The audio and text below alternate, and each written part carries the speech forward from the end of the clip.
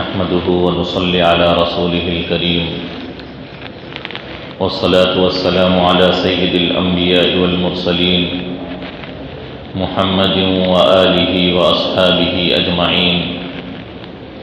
أعوذ بالله من الشيطان الرجيم.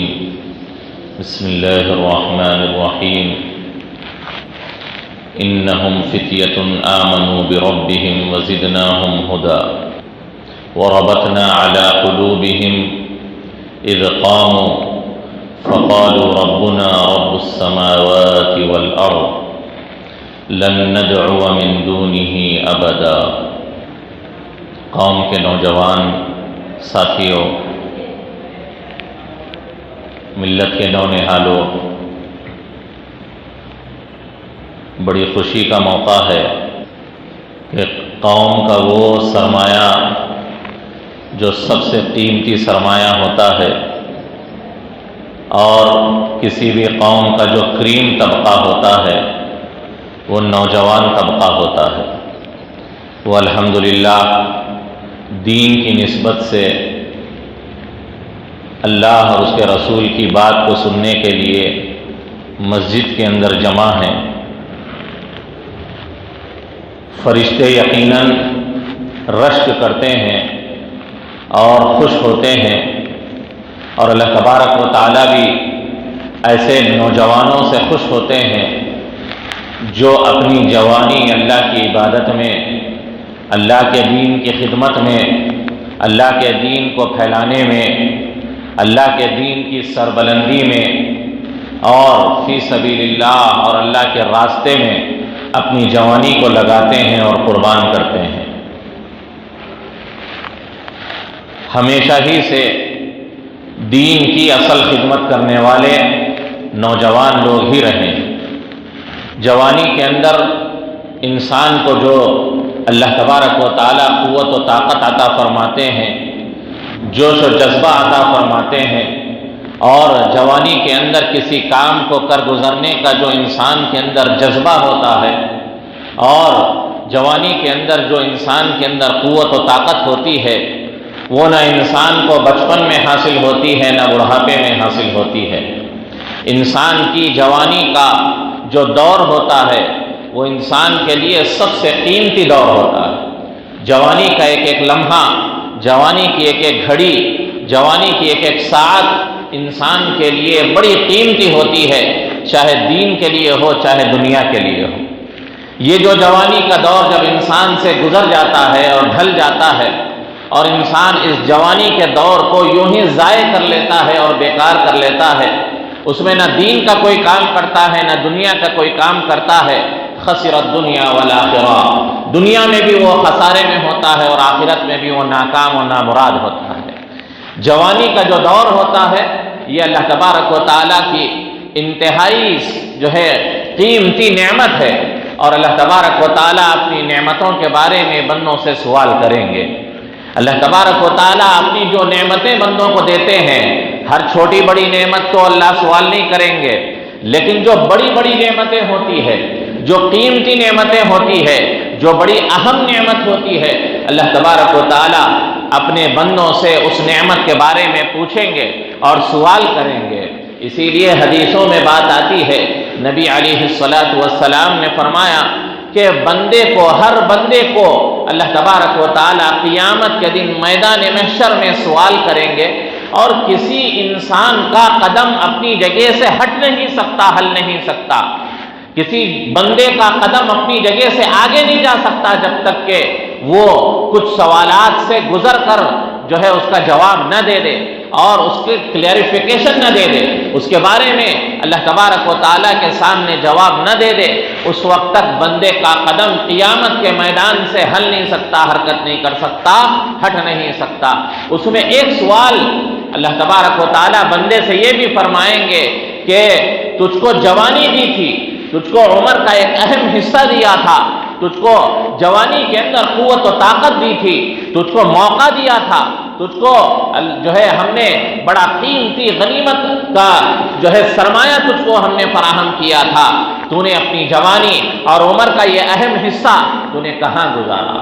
یہ اہم حصہ تو نے کس چیز کے اندر لگایا اور کس چیز کے اندر کھپایا، یہ اللہ تبارک و تعالیٰ بندے سے سوال کریں گے۔ بندے کو جوانی کی نعمت کا ملنا یہ اللہ تبارک و تعالیٰ کی انتہائی اہم نعمت ہے۔ اس نعمت کے بارے میں اللہ تبارک و تعالیٰ سوال کریں گے اور اللہ تبارک و تعالیٰ پوچھیں گے، ہم کو اللہ کے سامنے جواب دہ ہونا پڑے گا، اللہ کو ہماری اس جوانی کے بارے میں بتانا پڑے گا کہ ہم نے جوانی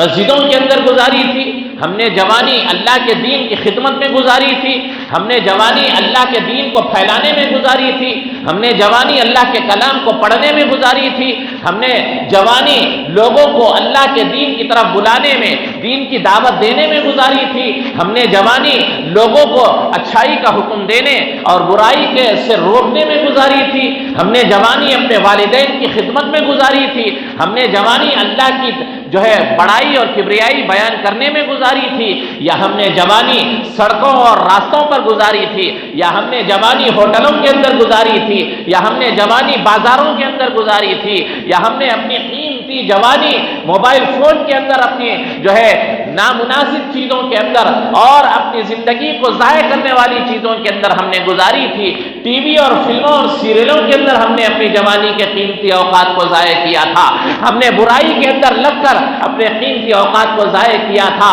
اور دوسروں کی برائی بیان کرنے میں، ٹھیٹھی ٹھاٹا کرنے میں اور بیکار کی مجلسیں اور باتیں کرنے میں ہم نے اپنی جوانی گزاری تھی۔ اللہ تبارک و تعالیٰ یہ سوال کریں گے اور ہر بندے کو جس کو اللہ نے جوانی کی نعمت سے سرفراز فرمایا ہے اور جوانی کی دولت اللہ نے عطا فرمائی ہے، جوانی کی قوت اللہ نے عطا فرمایا ہے، جوانی کی طاقت اور جذبہ اللہ نے عطا فرمایا ہے، ہر ایسے شخص کو اللہ ضرور پوچھیں گے اور اللہ تبارک و تعالیٰ سوال کریں گے اور بندے کو جواب دینا پڑے گا، اور بندہ اس وقت ٹال مٹول نہیں کر سکتا، بندہ ہاں ہوں کہہ کر بات کو آگے نہیں بڑھا سکتا۔ جس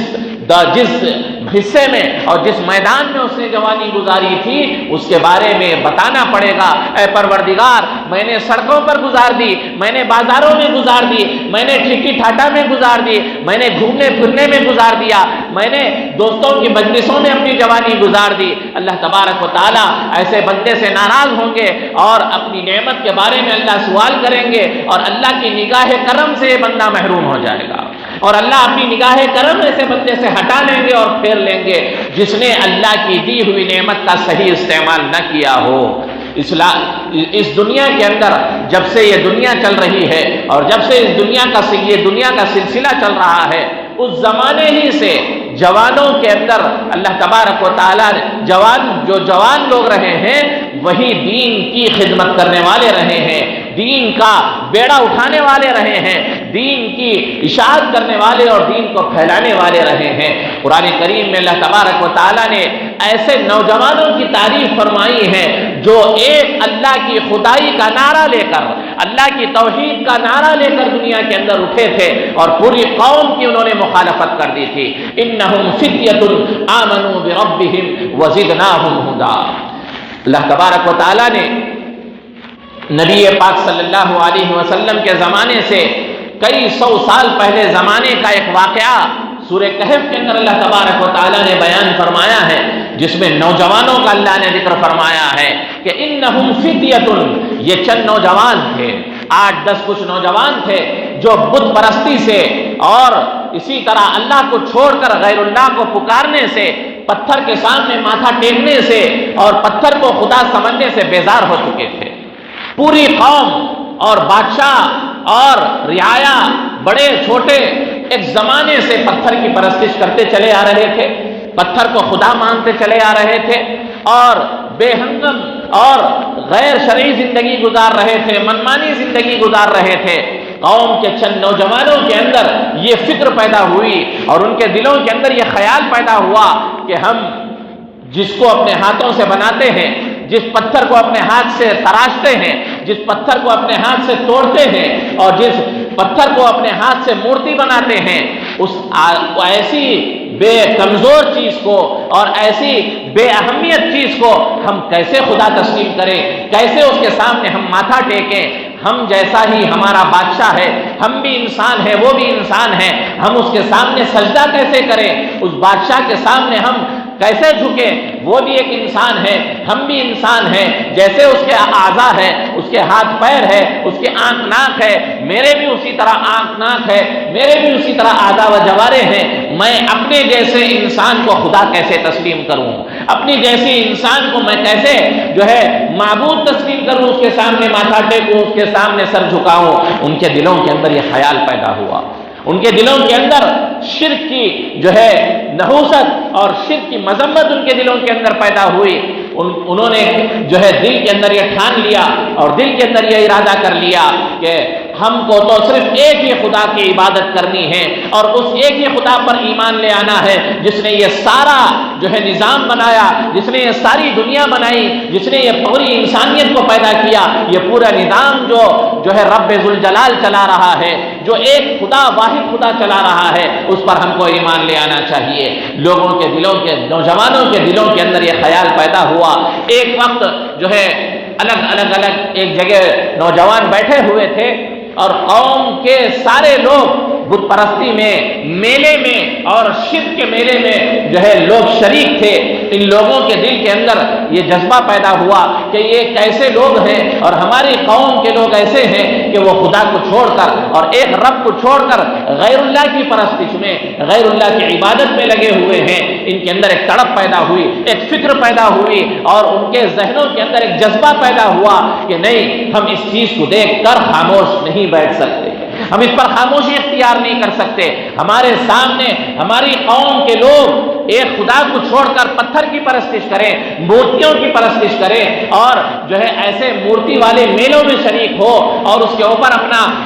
مال چڑھائے اور اس کے اوپر اپنا قیمتی سرمایہ چڑھائے، یہ ہمارے لیے قابل قبول نہیں ہو سکتا۔ ایک نوجوان نے دوسرے نوجوان سے ذکر کیا کہ بھائی، یہ جو کر رہے ہیں ہمارے لوگ، کیا یہ سچا ہو سکتا ہے؟ کیا یہ حقیقت ہو سکتی ہے؟ کیا یہ پتھر کے بنائے ہوئے تراشے ہوئے بت ہمارے خدا ہو سکتے ہیں؟ دوسرے نوجوان نے کہا کہ میرے دل کے اندر بھی یہی بات کھٹک رہی تھی، میرے دل کے اندر بھی یہ جذبہ آ رہا تھا، میرے ذہن و دماغ کے اندر بھی یہ سوال گھوم رہا تھا کہ یہ جو ہماری قوم کے لوگ کر رہے ہیں یہ سراسر غلط ہے، یہ سب باطل ہے۔ صرف دنیا کا بنانے والا، دنیا کے اندر خدائی کا مستحق، دنیا کے اندر سجدے کے قابل صرف ایک ہی ذات ہے، وہ اللہ کی ذات ہے، ہم کو اسی پر ایمان لے آنا چاہیے۔ یہ جذبہ ان کے اندر پیدا ہوا۔ دوسرے نے تیسرے نے چوتھے سے، اس طرح ہوا کر 8-10 نوجوانوں کے اندر یہ جذبہ پیدا ہوا۔ یہ لوگ سب اس بات کو لے کر کھڑے ہوئے، یہ ٹھان لیا، یہ ارادہ کر لیا کہ اب ہم اللہ کو ایک مانیں گے اور ایک رب کی پرستش کریں گے، ایک رب کی خدائی کو مانیں گے، اور ہم پوری قوم کو یہ پیغام پہنچائیں گے۔ انہم فتیۃ آمنوا بربہم، یہ ایسے نوجوان تھے جو اپنے رب پر ایمان لے آئے تھے، اپنے رب کی یکتائی کو انہوں نے قبول کر لیا تھا۔ ایمان لانے کا وہ مطلب نہیں جو آج ہمارے معاشرے میں اور ہمارے درمیان سمجھا جاتا ہے کہ صرف زبان سے کہہ دیا لا الہ الا اللہ محمد الرسول اللہ صلی اللہ علیہ وسلم، لیکن اس کے تقاضوں کو، لا الہ الا اللہ کے معنی کیا ہے، محمد الرسول اللہ کا معنی کیا ہے، وہ ہم سے اپنی زندگی میں کیا چاہتا ہے، لا الہ الا اللہ کی وجہ سے ہمارے اندر کیا تبدیلی آنا چاہیے، محمد الرسول اللہ کو قبول کرنے کی وجہ سے ہم محمد کے غلام بن جاتے ہیں، ان کو اپنے آئیڈیل تسلیم کر لیتے ہیں، ان کو اپنی زندگی کا نمونہ تسلیم کر لیتے ہیں۔ نہ اب ہماری خواہش باقی رہتی ہے، نہ اب ہمارا مزاج باقی رہ جاتا ہے، ہم سراسر رب کے غلام، نبی کے غلام بن جاتے ہیں اور ان کے احکام کے تابع بن جاتے ہیں۔ ہر چیز کو ان کے لیے قربان کر دینا، ہر چیز کو ان کے لیے مٹا دینا، اللہ رسول کے لیے اپنے آپ کو لگا دینا، کھپا دینا، یہ ہمارے ایمان کا بنیادی تقاضا ہے اور لا الہ الا اللہ کا بنیادی تقاضا ہے، اور اس چیز کی دعوت ہے کہ ہم ایک خدا کو ماننے کے بعد ایمان کے تقاضوں کو پورا کریں، رب کے احکام کی فرمانبرداری کریں، یہ ایمان کا مطلب ہوتا ہے۔ تو وہ نوجوان جو تھے وہ اسی طرح کا ایمان لے آئے تھے۔ انہوں نے اس کے بعد اپنی قوم سے مقابلہ کیا، اپنے قوم کے سامنے توحید کی بات رکھی، دین کا پیغام ان کے سامنے پیش کیا، ایک خدائی کی طرف لوگوں کو بلایا، پوری قوم ان کی مخالف ہوئی۔ پوری قوم ان کی مخالف ہو گئی کہ جس کو ہم 100 سالوں سے ہمارے بڑے، ہمارے دادا پردادا سکر دادا اوپر سے جو ہے یہی بت کی پرستش کرتے چلے آ رہے ہیں، ہم ان چیزوں کو چھوڑ نہیں سکتے، ہم ان چیزوں سے علیحدہ نہیں ہو سکتے۔ ان لوگوں نے کہا کہ کیا اگر وہ غلطی کر کر چلے آ رہے تھے تو کیا تم بھی غلطی کرو گے؟ ایک زمانے سے غلطی چلی آ رہی ہے، کیا تم بھی وہی غلطی پر چلتے رہو گے؟ ایک زمانے سے جو ہے کہیں پر گڑھا کھدا ہوا ہے، لوگ گرتے چلے آ رہے ہیں اور بڑے گرتے چلے آ رہے ہیں، تو کیا تم بھی اسی گڑھے میں گرو گے؟ کیا تم بھی اسی طرح نقصان اٹھاؤ گے؟ کیا تم بھی اپنے آپ کو موت کے جو ہے منہ میں ڈالو گے؟ یہ غلطی تھی تمہارے بڑوں کی جو خدا کو چھوڑ کر عبادت کرتے چلے آ رہے تھے۔ لوگوں نے، نوجوانوں نے ان کو سمجھایا، لیکن قوم نے نہیں مانا۔ اس کے بعد شدہ ہوتے ہوتے بات بادشاہ تک پہنچی۔ بادشاہ نے نوجوانوں کو بلایا اور یہ کہا کہ مجھے چھوڑ کر تم دوسرے کو خدا مانتے ہو، میں تمہارا ہر چیز کا انتظام کرنے والا ہوں، یہ پورا علاقہ میرا ہے، یہاں پر میرا حکم چلتا ہے، یہاں پر میری بادشاہت چلتی ہے اور یہاں پر مجھ کو سجدہ کرنا پڑے گا، میرے سامنے اپنا ماتھا ٹیکنا پڑے گا۔ ان لوگوں نے بادشاہ کے سامنے اعلان کر دیا اور پورے نوجوانوں نے کہہ دیا کہ ہم ایک خدا کے علاوہ کسی کے سامنے ماتھا نہیں ٹیکتے، ہم اپنے رب پر پختہ طریقے سے ایمان لا چکے ہیں، چاہے آپ ہمارا کچھ کر لیں۔ انہوں نے کہا لن ندعو من دونہ ابدا، ایسا ہو نہیں سکتا زندگی بھر کبھی بھی کہ ہمیں خدا کو چھوڑ کر کسی اور کو پکارے، کسی اور کی پرستش کرے، کسی اور کے سامنے ماتھا ٹیکے، ایسا کبھی بھی نہیں ہو سکتا، یہ ہونے والی بات نہیں ہے۔ آج بلاؤ، 10 سال بعد بلاؤ، 20 سال بعد بلاؤ، ہم ایک رب کو چھوڑ کر کسی اور کے سامنے سجدہ نہیں کر سکتے، ماتھا ٹیک نہیں سکتے، ہم کسی اور کو خدا تسلیم نہیں کر سکتے۔ بادشاہ نے ان کو مہلت دی اور کہا کہ میں تم کو تھوڑا وقت دیتا ہوں، اگر اس وقت تک تم لوگ میری بادشاہت کو اور میری خدائی کو مان لو تو ٹھیک ہے، ورنہ تم سب کے سب قتل کر دیے جاؤ گے اور تم سب کے سب مار دیے جاؤ گے۔ یہ نوجوان اپنے ایمان کو محفوظ کرنے کے لیے، اپنے ایمان کو بچانے کے لیے اپنی آبادی کو چھوڑ دیا، اپنے گھر بار کو چھوڑ دیا، اپنے والدین کو چھوڑ دیا، اپنے علاقے کو چھوڑ کر وہ ایک پہاڑ کی چوٹی میں جا کر اور پہاڑ کے اندر ایک غار میں جا کر انہوں نے پناہ لے لی۔ اسی مناسبت سے پوری سورت کا نام کہف رکھا گیا۔ کہف کے معنی آتے ہیں غار کے۔ وہ نوجوان غار کے اندر اپنے ایمان کو بچانے کے لیے گئے تھے اور اپنے ایمان کو محفوظ کرنے کے لیے گئے تھے۔ اللہ نے ایسے لوگوں کی تعریف فرمائی ہے، ایسے لوگوں کو اللہ نے سراہا ہے، ایسے لوگوں کی اللہ نے تعریف بیان فرمائی ہے، ایسے نوجوانوں کی جو ایمان اللہ پر لے آئے تھے اور اپنے ارادے کے اوپر پختہ تھے۔ ان کے ارادوں کو، ان کے ایمان کو نہ دنیا کی طاقت روک سکی، نہ بادشاہ کا ظلم روک سکا، نہ ماں باپ کی محبت روک سکی، اور ان کے ایمان کو نہ تو جوانی کے جذبات روک سکے اور نہ ہی اپنے علاقے اور وطن کی محبت ان کو روک سکی۔ اپنے ایمان کے لیے انہوں نے ہر چیز کی قربانی دے دی۔ یہ واقعہ اور سورہ کہف کی آیتیں ہمارے نوجوانوں کو یہ بتاتی ہے اور یہ تعلیم دیتی ہے اور ہم کو یہ عبرت اور سبق سکھاتی ہے کہ ہم بھی ان جیسے ایمان والے نوجوانوں کی طرح ہم بھی ایمان لے آئیں اور ان جیسا جذبہ اپنے اندر پیدا کریں کہ ہمارے اندر جب ایمان آ چکا اور ہم رب کے اوپر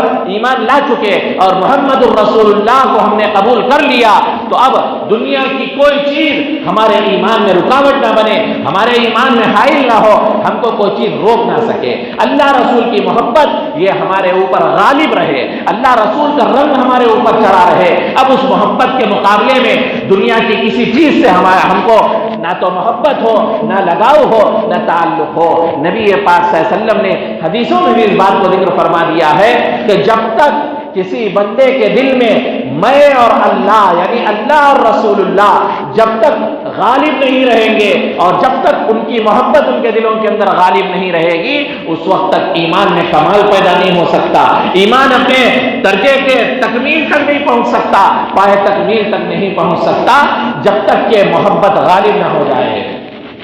لہذا قرآن کریم کا یہ واقعہ اور قرآن کریم کی آیتیں نوجوانوں کے لیے عبرت کا سامان ہے، نوجوانوں کے لیے اس میں ایک نمونہ ہے کہ نوجوان ہو تو ایسے ہو جس کی خدا تعریف کرے، جس کی خدا جو ہے اللہ تبارک و تعالیٰ جس سے رضامندی کا اظہار کرے۔ نبی پاک صلی اللہ علیہ وسلم نے اپنی حدیث میں اس بات کا ذکر فرمایا ہے کہ سبعۃ یظلھم اللہ یوم لا ظل الا ظلہ، او کما قال علیہ الصلاۃ والتسلیم۔ نبی علیہ الصلاۃ والسلام نے فرمایا کہ 7 قسم کے لوگ ایسے ہوں گے قیامت کے دن کہ جس دن سورج سروں کے اوپر ہوگا، لوگ اپنے پسینوں میں ڈوب چکے ہوں گے، اور حیرانی اور پریشانی اور سراسیمگی کی کیفیت لوگوں کے اوپر طاری ہوگی۔ ہر آدمی اپنی فکر میں ادھر ادھر بھاگ رہا ہوگا، اور جو ہے پسینوں کا سمندر بہہ رہا ہوگا۔ ایسے خاص موقع پر اللہ تبارک و تعالیٰ اپنے خاص بندوں کو سایہ عطا فرمائیں گے، اللہ کی رحمت کا سایہ ہوگا۔ اللہ تبارک و تعالیٰ اپنے رحمت کے سائے میں چند لوگوں کو لے لیں گے جن کو نہ دھوپ پریشان کرے گی، اور نہ ہی وہاں ان کو پریشانی لاحق ہوگی، نہ وہ تکلیف میں ہوں گے، نہ ان کو جو ہے کسی قسم کا ڈر اور خوف ہوگا۔ نبی پاک صلی اللہ علیہ وسلم نے ان میں ایک ایسے قسم کو ذکر فرمایا ہے کہ شاب، ایک ایسا نوجوان جس نے اپنی جوانی اللہ کی عبادت میں گزاری ہو، جو پروان چڑھا ہو، جو اپنی جوانی کے لمحات اللہ کی عبادت میں گزارا ہو اور دین کی خدمت میں گزارا ہو، جوانی کے جذبات کو، جوانی کے خواہشات کو دبا کر آخرت کی فکر کے ساتھ، اللہ کو راضی کرنے والے جذبے کے ساتھ، آخرت کے یقین کے ساتھ جس آدمی نے اپنی جوانی کو گزارا ہو، ایسے آدمی کو اور ایسے نوجوان کو اللہ تبارک و تعالیٰ اپنی رحمت کا سایہ عطا فرمائیں گے جس جوان نے اپنی جوانی کو اللہ کی عبادت میں گزارا ہو۔ یہی وجہ ہے کہ آپ دیکھیں گے کہ جوانی ہی کے اندر اللہ نے اپنے انبیاء علیہ الصلاۃ والسلام کو نبوت سے سرفراز فرمایا۔ جوانی ایک قیمتی چیز ہوتی ہے، جوانی میں ہر چیز انسان کر سکتا ہے، اور جوانی کے اندر انسان کے اندر ایسی قوت، ایسا جوش، ایسا ولولہ اور ایسے جذبات ہوتے ہیں کہ انسان چاہے تو اس کو اچھائی میں لگا کر جنت تک پہنچ جائے، اور چاہے تو انسان برائی میں لگا کر جہنم کے گڑھے میں گر جائے۔ دو راستے انسان کے سامنے ہیں، اور یہ راستہ انسان کے لیے جوانی میں سب سے زیادہ اہم ہوتا ہے۔ اسی لیے یہاں قوم کے نوجوان اور یہاں قوم کے نونہال نوجوان بچے یہاں موجود ہیں، یہ اپنی جوانی کی اہمیت کو سمجھے اور جوانی کی قیمت کو سمجھے اور جوانی کے قیمتی لمحات کو سمجھے کہ یہ اللہ نے ہم کو یہ دولت دی ہے، جوانی کی قوت دی ہے، ہم اس جوانی کی قوت کو اللہ کی عبادت میں، اللہ کی ریاضت میں، اللہ تبارک و تعالیٰ کے دین کی خدمت میں اور لوگوں کو بھلائی کا حکم دینے میں، لوگوں کو برائی سے روکنے میں گزارے۔ لیکن افسوس ہے، اور ہزار مرتبہ افسوس ہے کہ قوم کا نوجوان طبقہ، قوم کا انتہائی جو ہے قیمتی سرمایہ وہ ضائع ہوتا چلا جا رہا ہے، ہمارے ہاتھ سے چھوٹتا چلا جا رہا ہے، اور وہ فتنوں کا شکار ہوتا چلا جا رہا ہے۔ بڑی کثرت سے قوم کا نوجوان جو ہے وہ فتنوں میں مبتلا ہوتا چلا جا رہا ہے، اور دین سے دور ہوتا چلا جا رہا ہے، مسجدوں سے دور ہوتا چلا جا رہا ہے، اہل اللہ سے، اللہ والوں سے دور ہوتا چلا جا رہا ہے۔ یقینی بات ہے کہ جب آگ لگے گی تو پانی ہی اس کو بجھا سکتا ہے۔ فتنہ ہوگا تو مسجدیں، اللہ والے، جماعتیں اور جو ہے دین کی خدمت کرنے والے اور اللہ کی طرف لوگوں کو بلانے والے اور علم والے علماء یہی پانی کا سامان کریں گے اور یہی ان کو فتنوں سے بچانے والے ہوں گے۔ اگر ہم نے اس کا سہارا نہیں لیا، فتنوں کے زمانے میں ہم نے اپنے آپ کو جماعت سے نہیں جوڑا، ہم نے اپنے آپ کو مسجدوں سے نہیں جوڑا، ہم نے اپنے آپ کو اہل اللہ سے نہیں جوڑا، ہم نے اپنے آپ کو اللہ والوں سے اور علماء سے نہیں جوڑا، تو آپ سمجھ جائیں کہ یقیناً ہم اور ہمارا دین وہ فتنے کا شکار ہونے والا ہے۔ شیطان کسی بھی وقت ہم کو کسی بھی جگہ کسی بھی گھاٹی میں لے جا کر ہم کو ہلاک کر سکتا ہے اور ہم کو تباہ و برباد کر سکتا ہے۔ جوانی کے اندر انسان کے اندر جو قوت ہوتی ہے، جو جذبہ ہوتا ہے، شیطان بہت جلد اس کو ورغلاتا ہے اور شیطان بہت جلد اس کو اپنی طرف پھانس لیتا ہے اور اپنی طرف کھینچ لیتا ہے۔ اگر کوئی آدمی اپنی دنیا اور آخرت کو سنوارنا چاہے اور اپنے آپ کو آخرت میں کامیاب بنانا چاہے تو اس کے لیے یہی ایک راستہ ہے، یہی ایک سہارا ہے کہ وہ اپنے آپ کو اہل اللہ سے، اللہ والوں سے، دین سے، مسجدوں سے، جماعت سے اور علم والوں سے اپنے آپ کو جوڑ لے۔ یہی ان کے لیے دین کے حفاظت کی ضمانت ہے، دین کی حفاظت کا ذریعہ ہے، ورنہ یاد رکھیں کوئی چیز دنیا کے اندر آپ کو اور آپ کے دین کو بچا نہیں سکتی۔ اللہ نے حفاظت کسی چیز کے اندر رکھی ہے، آپ کسی چیز کے اندر نہیں رک سکتے۔ یہ جو جس دور سے ہم گزر رہے ہیں، نبی پاک صلی اللہ علیہ وسلم کی پیشن گوئی کے مطابق فتنوں کے ابل پڑنے کا، فتنوں کی بارشوں کا اور فتنوں کے کثرت کا زمانہ ہے۔ یہ فتنوں کا زمانہ ہے. اس فتنے کے زمانے میں ہمارے لیے سب سے اہم بات یہ ہوگی کہ ہم اپنی جوانی کی حفاظت کریں، جوانی کی حفاظت کریں اور اپنی جوانی کو قیمتی وقفے اور قیمتی چیزوں میں لگانے کی کوشش کریں. بھائیوں اور قوم کے نوجوانوں، خاص طور پر میں آپ سے درخواست کرتا ہوں اور آپ سے امید کرتا ہوں کہ آپ جب اپنی جوانی کو مسجدوں کے ساتھ، دینی جماعتوں کے ساتھ اور اللہ والوں کے ساتھ، علماء کے ساتھ جوڑ دیں گے، اور جس کی بنیاد اور جس میں سب سے پہلی بات یہ ہوگی کہ نماز کی پابندی کے ساتھ آپ اپنے آپ کو لگائیں گے، تو انشاءاللہ جس کا فائدہ سب سے بڑا یہ ہوگا کہ آپ کے اندر دین کا جذبہ، دین کی طرف میلان، دین کی طرف رجحان، دین کے خیالات پیدا ہوں گے. اور نماز کے بارے میں اللہ نے قرآن کریم میں فرما دیا ہے ان الصلاۃ تنہی عن الفحشاء والمنکر، کہ نماز جو انسان پڑھتا ہے اور پابندی کے ساتھ اور پورے اہتمام کے ساتھ پڑھتا ہے، تو نماز کے اندر اللہ نے ایک ایسی روحانی قوت رکھی ہے کہ نماز انسان کو برائی کی طرف جانے سے روکتی ہے، برائی کی طرف چلنے سے انسان کے قدموں کو پکڑ لیتی ہے، اور منکر اور نامناسب چیزوں میں لگنے سے انسان کو منع کر دیتی ہے، انسان کے لیے رکاوٹ پیدا کر دیتی ہے. ہم سب سے پہلے نماز کو چھوڑ دیتے ہیں، جس کی وجہ سے ہم برائیوں میں پڑ جاتے ہیں، گندگیوں میں پڑ جاتے ہیں اور غلط ماحول میں پڑ جاتے ہیں. نماز ہمارے لیے ایک انتہائی روحانی قوت ہے جو برائی سے روکنے کی اللہ نے اس کے اندر صلاحیت رکھی ہے. ایک دوا انسان نے کھایا، ایک بخار کسی انسان کو آیا، اس نے کیروسین گولی دی. اب اس کے بعد کیروسین گولی کے اندر یہ صلاحیت ہے کہ وہ بخار کو بڑھنے سے روکے،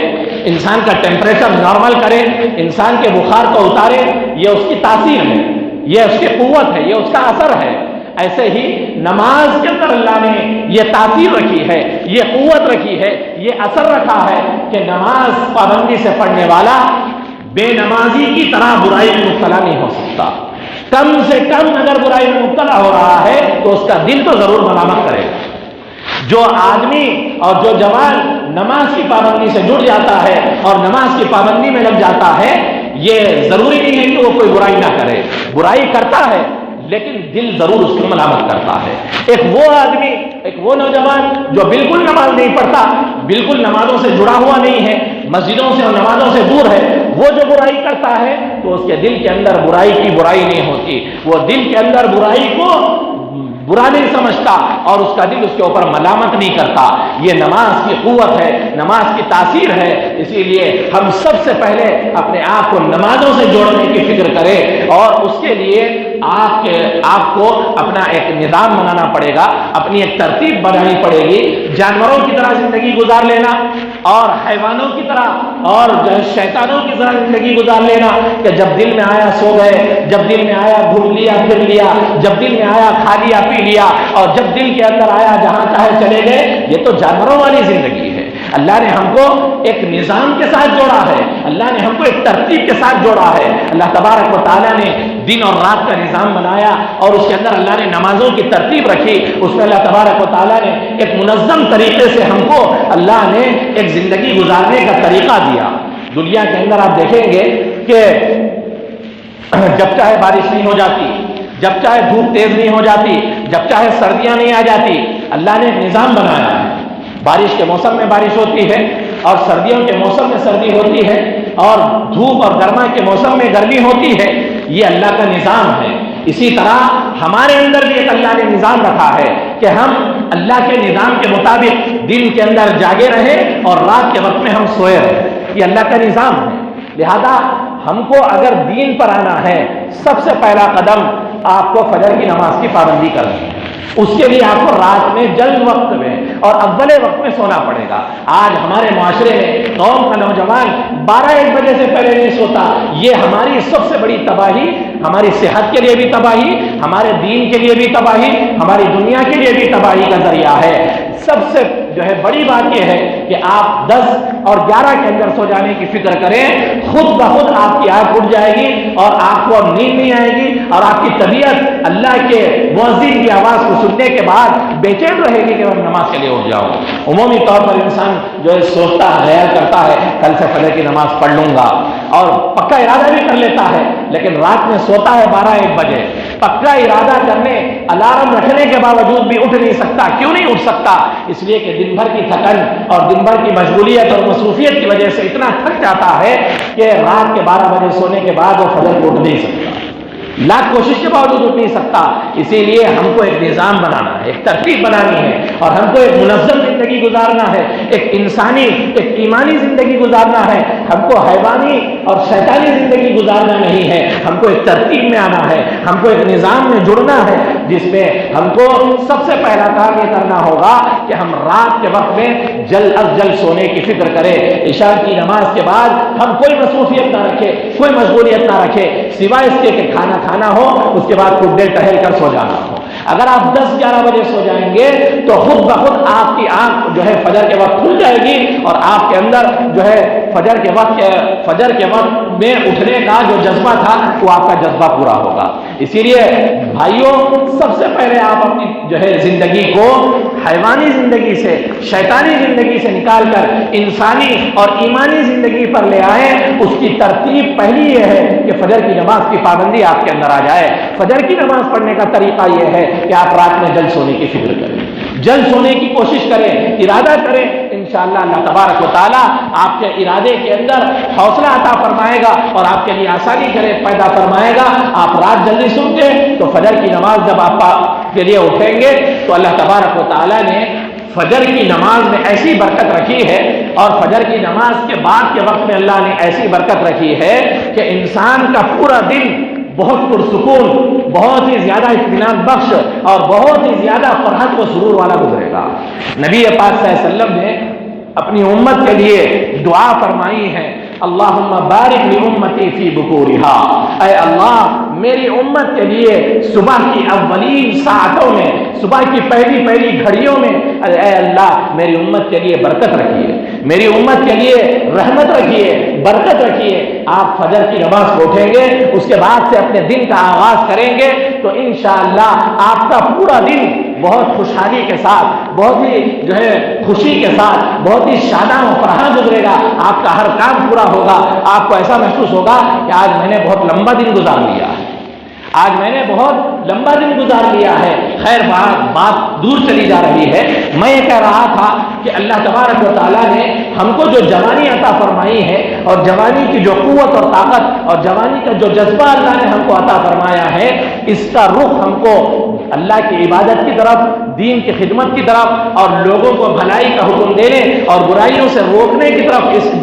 اس جذبے کو اور اس طاقت کو یہ رخ دینا ہے، اور اس رخ پر ہم کو ڈالنا ہے. اس کے لیے ہم کو کسی نہ کسی ترتیب کے ساتھ جڑنا پڑے گا، اور کسی نہ کسی منظم چیز سے ہم کو اپنے آپ کو جوڑنا پڑے گا. ورنہ اس طرح کی جو زندگی ہم آج گزار رہے ہیں، منمانی اور شیطانی اور حیوانی اور خواہشات والی زندگی گزار رہے ہیں، یہ جو ہے نہ اللہ کو پسند ہے، نہ اللہ نے دنیا میں ایسا نظام رکھا ہے، اور نہ ہی اس سے آپ کو دنیا اور آخرت میں کوئی حاصل ہونے والا ہے. نہ دنیا میں اس سے آپ کو کوئی چیز حاصل ہو سکتی ہے، نہ آخرت میں اس سے آپ کو کوئی چیز حاصل ہو سکتی ہے. بہرحال یہ فتنوں کا زمانہ ہے، یہ فتنوں کے ابلنے کا زمانہ ہے، فتنوں کی بارشوں کا زمانہ ہے. نوجوان اپنے آپ کو فتنوں سے دور رکھنے کی کوشش کریں، ورنہ ایک فتنہ ایسا ہے کہ جس میں انسان اگر تھوڑا بہت ایک قدم آگے بڑھ گیا تو وہ فتنہ دلدل کی طرح ہے، اپنے آپ کو وہ دلدل کی طرح ہے، آپ کو اپنے اندر کھینچ لے گا اور آپ کو اپنے اندر کھینچ کر جو ہے تباہ و برباد کر دے گا.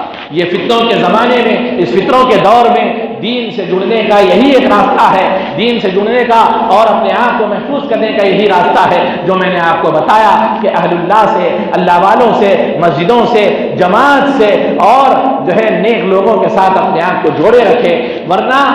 انسان کا جو ماحول اور معاشرہ ہے، جس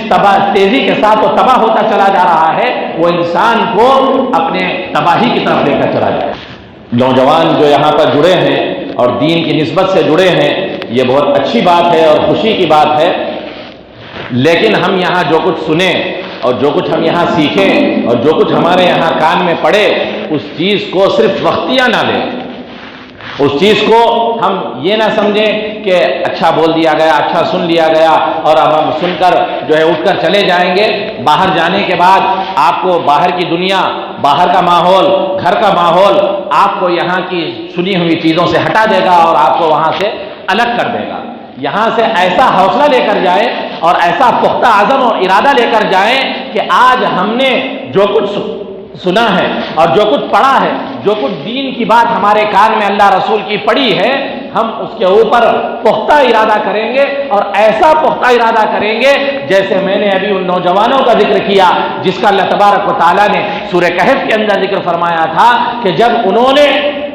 دین کو اور اللہ پر ایمان کے جذبے کو لے کر وہ کھڑے ہوئے تھے تو دنیا کی کوئی چیز ان کو ہلا نہیں سکی تھی، ان کو حرکت نہیں دے سکی تھی، ان کو پیچھے نہیں ہٹا سکی تھی، دنیا کی کسی چیز نے ان کو ڈرایا نہیں تھا، کسی چیز کے خوف سے وہ پیچھے نہیں ہٹے تھے، ہر چیز کو انہوں نے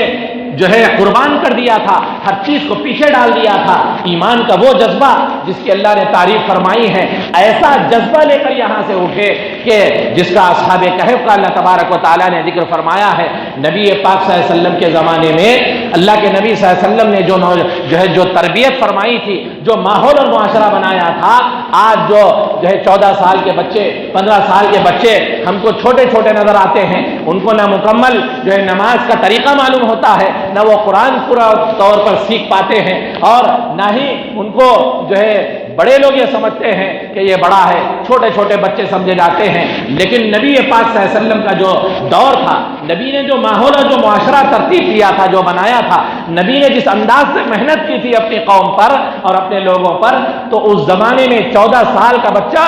وہ تمام جو ہے ضروریات دین کو جان چکا ہوتا تھا، نماز کے مسائل سے واقف ہو چکا ہوتا تھا اور قرآن پڑھنا سیکھ چکا ہوتا تھا، اور اللہ کے راستے میں اپنے آپ کو قربان کرنے کے لیے بڑوں کی صفوں میں آ کر اپنے آپ کو پیش کرنے کے قابل ہو جاتا۔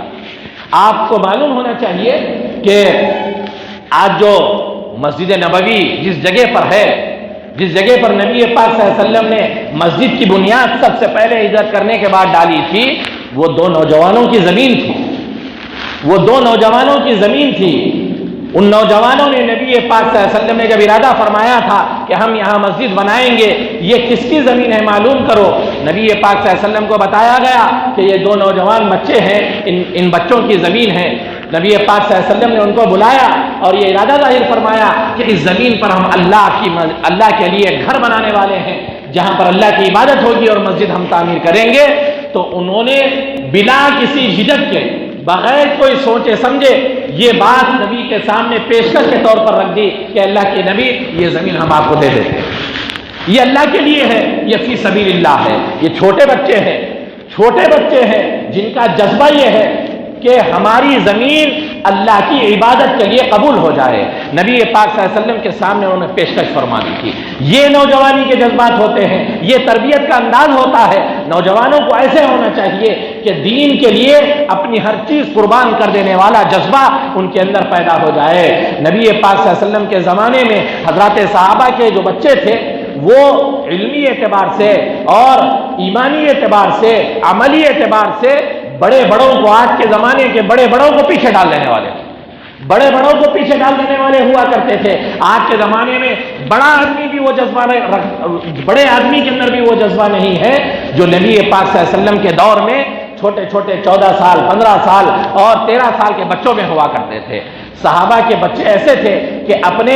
انگلیوں کے اور اپنے پیروں کی انگلیوں کے بل کھڑے ہو کر اپنے آپ کو بڑوں کی صف پہ لا کر کھڑے کر نبی پاک صلی اللہ علیہ وسلم کے سامنے یہ ظاہر کرنا چاہتے تھے کہ اب ہم بھی بڑے ہو چکے ہیں، ہم کو بھی جہاد کے لیے، ہم کو بھی اللہ کے راستے میں لے کر نکلا جائے۔ یہ جذبہ تھا جوانوں کے اندر۔ آج ہمارے جوانوں کا حال یہ ہے کہ ان کو صحیح طور پر قرآن پڑھنا نہیں آتا اور ان کو صحیح طور پر نماز کے مسائل معلوم نہیں ہے اور ان کو صحیح طور پر اپنے والدین کے حقوق معلوم نہیں ہے۔ یہ انتہائی ابتری صورتحال ہے، انتہائی جو ہے ذلت والی صورتحال ہے کہ ہمارے ماحول کے اندر ایسا نظام نہیں بن پایا، ایسا ماحول نہیں بن پایا۔ اسی لیے نوجوان اپنے ارادوں کے ساتھ، اپنے عزم و حوصلوں کے ساتھ، اپنے پختہ جو ہے ارادوں کے ساتھ اٹھے اور اس بات کو لے کر اٹھے کہ ہم اللہ کے دین کی خدمت کے لیے اپنی ہر چیز کو قربان کریں گے، اور دنیا کے اندر جو ہماری خواہشات ہے، جو ہمارے رجحانات ہے، جو ہمارے جو ہے جس چیز کو ہمارا جی چاہ رہا ہے اس کو دبا کر، اس کو کچل کر اللہ کے دین کی خدمت کے لیے ہم آگے بڑھیں گے اور ایک مسجد والے ماحول میں اور دینی ماحول میں ہم اپنے آپ کو جوڑے رکھیں گے اور نیک ماحول کے اندر ہم اپنے آپ کو کھپائے رکھیں گے تاکہ ہمارا قیمتی وقت جو ہے دیندارانہ ماحول میں گزرے اور ہماری دنیا اور آخرت سنور جائے۔ اللہ تبارک و تعالی ہم سب کو اس بات کی توفیق نصیب فرمائے اور اللہ نے جو ہم کو جوانی والی دولت اور نعمت دی ہے اس کو صحیح استعمال کرنے اور صحیح جگہ پر اس کو لگانے اور صحیح مقامات پر اس کو کھپانے کی اللہ تعالی ہم سب کو توفیق نصیب فرمائے۔ وآخر دعوانا ان الحمد للہ رب العالمین۔